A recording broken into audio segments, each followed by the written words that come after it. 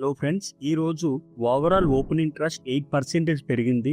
అందులో ఫ్యూచర్స్ లో 3% తగ్గింది. కాల్ ఆప్షన్స్ లో 9% పెరిగింది. పుట్ ఆప్షన్స్ లో 19% పెరిగింది. ఈసీఆర్ 0.67 నుంచి 0.74 కు వచ్చింది. ఎఫ్ఐఎస్ ఫ్యూచర్ లో 15 మంది బుల్ కు ఓటేస్తే 35 మంది బేర్ కు ఓటేశారు. 20 ఓట్ల మెజారిటీతో బేర్ గెలిచింది.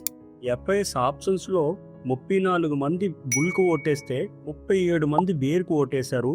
3 ఓట్ల తేడాతో బేర్ గెలిచింది. రోటేటర్స్ ఫ్యూచర్ లో 9 మంది బుల్ కు ఓటేస్తే 14 మంది బేర్ కు ఓటేశారు.